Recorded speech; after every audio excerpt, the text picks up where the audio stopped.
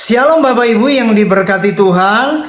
Senang hari ini saya bisa menyapa Anda di channel ini, dan firman Tuhan yang akan saya bagikan, saya akan menyampaikan ilustrasi khotbah, yaitu tentang spaghetti dan Indomie. Saudara, kita tahu di berbagai supermarket, maka di sana ada banyak barang yang dijual.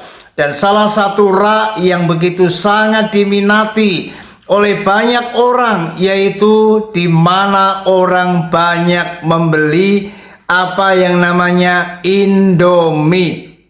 Saudara tahu, baik Indomie goreng, baik Indomie kuah, begitu cepat habis terjual karena memang banyak orang suka makan Indomie. Nah, suatu kali spaghetti ini heran, mengapa rak Indomie itu begitu cepat kosong dan begitu cepat habis.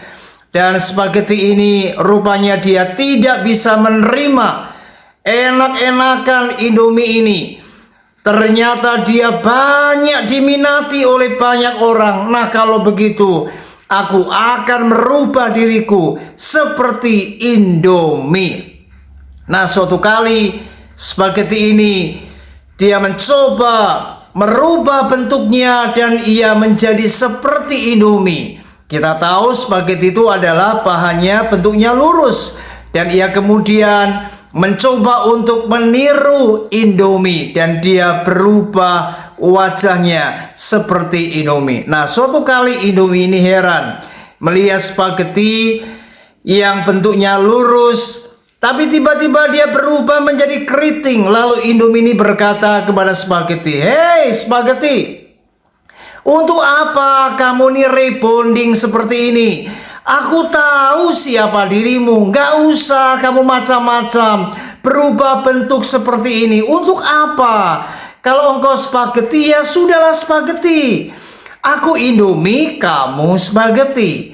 Nah, saudara, dari ilustrasi ini ternyata ada banyak kali kita ini seperti spaghetti dan Indomie, di mana ada banyak orang yang tanpa sadar seperti spaghetti.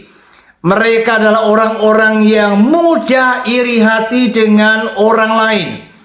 Dan Alkitab berkata, Amsal pasal 14 ayat 30, "Hati yang tenang menyegarkan tubuh, tetapi iri hati membusukkan tulang." Saudara, untuk apa kita iri hati?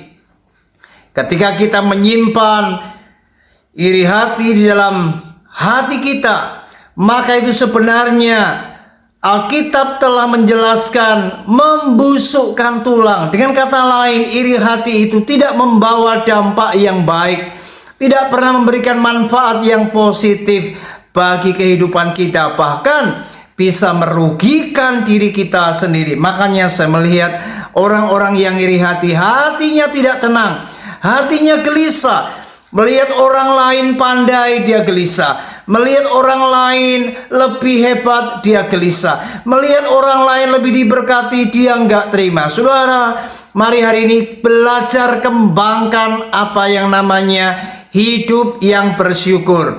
Kita tidak perlu iri hati dengan siapapun, dengan orang lain yang ada di sekitar kita, apalagi di dalam pelayanan. Mari, setiap orang punya talenta, punya karunia, punya kelebihannya masing-masing, punya stylenya masing-masing. Kita tidak bisa meniru siapapun. Mari hari ini jangan pernah iri hati. Ingat ilustrasi spaghetti dan Indomie ini. Jangan coba-coba kita meniru siapapun, karena itu justru akan menyiksa dirimu sendiri. Tuhan Yesus memberkati. Shalom.